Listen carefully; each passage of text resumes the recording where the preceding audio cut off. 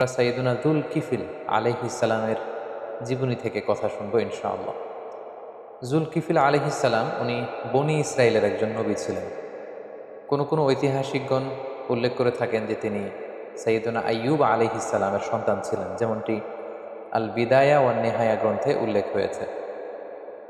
তাছাড়াও কোনো ঐতিহাসিক বলেছেন যে তিনি নবী ছিলেন না, বরং তিনি নেককার লোক ছিলেন, একজন সৎ লোক ছিলেন। কিন্তু এই কথাটি গ্রহণযোগ্য কোনো মত নয়।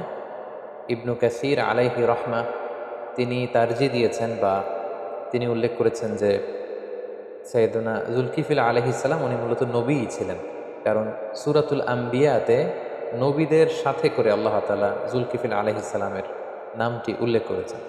আল্লাহ তাআলা সৈয়দনা জুলকিফিল আলাইহিস সালামকে সিরিয়ার দামেস্ক এলাকাতে নবী করে প্রেরণ করেছেন। কালামুল্লাহ মাজিদে অর্থাৎ পবিত্র কুরআনুল কারীমে যে সমস্ত নবীর আলোচনা খুবই সংক্ষিপ্তভাবে উল্লেখ হয়েছে, তোর মধ্য থেকে জুলকিফিল আলাইহিস সালাম অন্যতম। কালামুল্লাহ মাজিদে উনি কোথায় এসেছেন, কোন জাতিগোষ্ঠীর কাছে নবী হয়ে এসেছেন এবং ওনার সাথে ওনার উম্মতদের কী ঘটেছে, ওনাকে আল্লাহ কোনো কিতাব দিয়েছেন কিনা, কোনো মুজিজা দিয়েছেন কিনা, এই ব্যাপারে কিছুই তিনি উল্লেখ করেননি। কেবলমাত্র আল্লাহ তাআলা দুটি সূরার দুটি আয়াতে জুলকিফিল আলাইহিস সালামের নামটি কেবলমাত্র দুইবার উল্লেখ করেছেন। যেমন সূরাতুল আম্বিয়ার ৮৬ নম্বর আয়াতে আল্লাহ তাআলা উল্লেখ করছেন, ওয়া ইসমাঈলা ওয়া ইদরিসা ওয়া যাল কিফিল কুল্লুম মিনাস সাবিরিন, অর্থাৎ ইসমাঈল আলাইহিস সালাম, ইদরিস আলাইহিস সালাম আর জুলকিফিল আলাইহিস সালাম, আল্লাহ তাআলা বলছেন তারা প্রত্যেকেই ছিলেন সাবিরিন, অর্থাৎ ধৈর্যশীল। এরপর আল্লাহ তাআলা বললেন, ওয়া আদখালনাহুম ফি রাহমাতিনা, আমি তাদের সবাইকে আমার রহমতের বলয়ে, আমার দয়ার বলয়ে আমি তাদেরকে বেষ্টিত করেছি। ইন্নাহুম মিনাস সালিহিন, আর তারা ছিলেন নেককার, সৎকর্মপরায়ণশীল। তাহলে এই একটি আয়াত আমরা পেলাম। আবার সূরা সদের ৪৮ নম্বর আয়াতে আল্লাহ তাআলা জুলকিফিল আলাইহিস সালামের নামটি আরও একবার উল্লেখ করেছেন। সেখানে আল্লাহ তাআলা বলছেন, ওয়াযকুর ইসমাঈলা ওয়াল ইয়াসা ওয়া যাল কিফিল ওয়া কুল্লুম মিনাল আখিয়ার, অর্থাৎ হে নবী, আপনি আপনার কিতাবে ইসমাঈলের কথা, ইয়াসা একজন নবী ছিলেন তার কথা, এবং জুলকিফিল তাদের কথা আপনি উল্লেখ করুন। ও কুল্লুম মিনাল আখিয়ার, তারা প্রত্যেকে ছিলেন শ্রেষ্ঠ মানবদের অন্তর্ভুক্ত।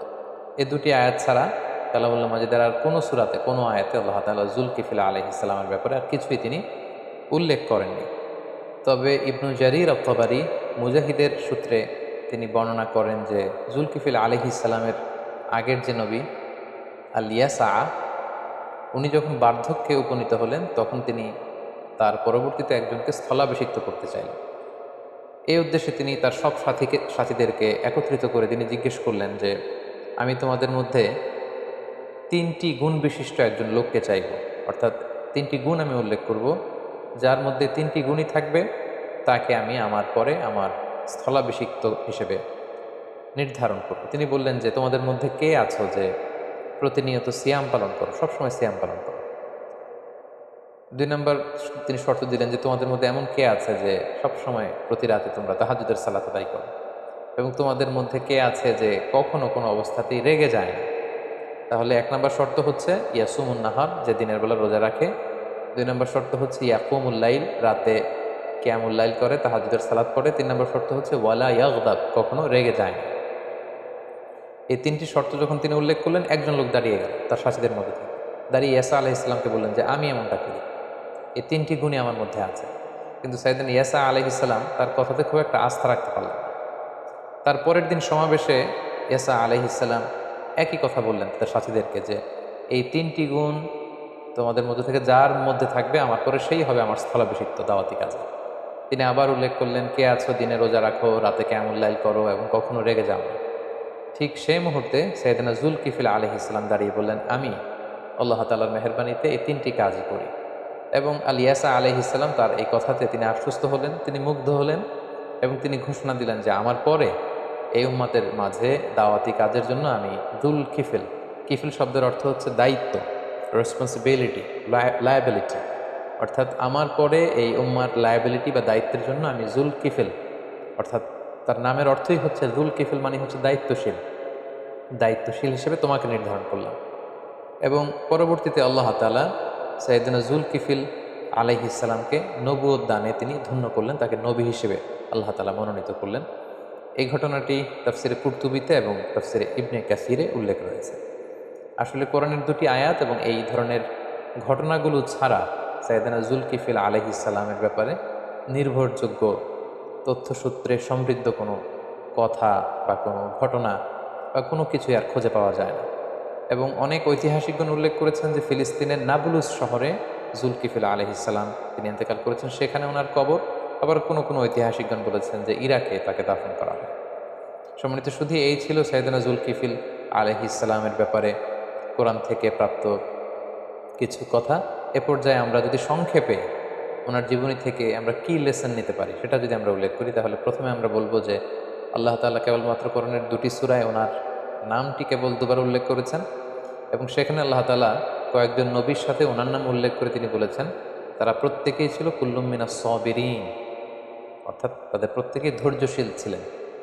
তার মানে নবীদের একটা গুণ হচ্ছে তারা সব সময় ধৈর্য ধারণ করতেন। সাইয়েদনা জুলকিফিল আলাইহিস সালামের ব্যাপারেও এটা বলা হয়েছে যে তিনি ধৈর্যশীল ছিলেন।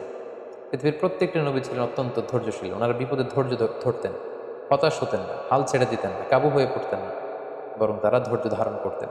এবং কালামুল্লাহ মাজিদের বিভিন্ন সূরাতে আল্লাহ তাআলা আল্লাহ রাসূল সাল্লাল্লাহু আলাইহি সাল্লামকে ধৈর্য ধারণের নির্দেশনা দিয়েছেন। তিনি বলেছেন ওয়াসবির আলা মা ইয়াকুলুন, হে নবী, মক্কার কুরাইশরা আপনার ব্যাপারে যে সমস্ত মিথ্যা প্রোপাগান্ডা ছড়াচ্ছে, যাই বলুক না কেন আপনি বিচলিত হবেন না নবী, আপনি ধৈর্য ধারণ করুন। ওয়াসবির আলা মা ইয়াকুলুন, ওরা যাই বলুক আপনি কিন্তু ধৈর্য হারা হবেন না, ধৈর্য ধারণ করুন। তাহলে সাইয়েদনা জুলকিফিল আলাইহিস সালামের জীবনী থেকে প্রথম শিক্ষাটা পেলাম যে নবীরা হচ্ছে ধৈর্যশীল। সো আমাদেরকেও বিপদে ধৈর্য ধারণ করার অভ্যাসটা গড়ে তুলতে হবে। 2 নম্বর যেই গুণাবলী আমরা ওনার জীবনী থেকে পাই সেটা হচ্ছে আল্লাহ তাআলা বলেছেন যে কুল্লু মিনাস সালিহিন, তারা প্রত্যেকেই ছিলেন সৎ কর্ম সম্পাদনকারী।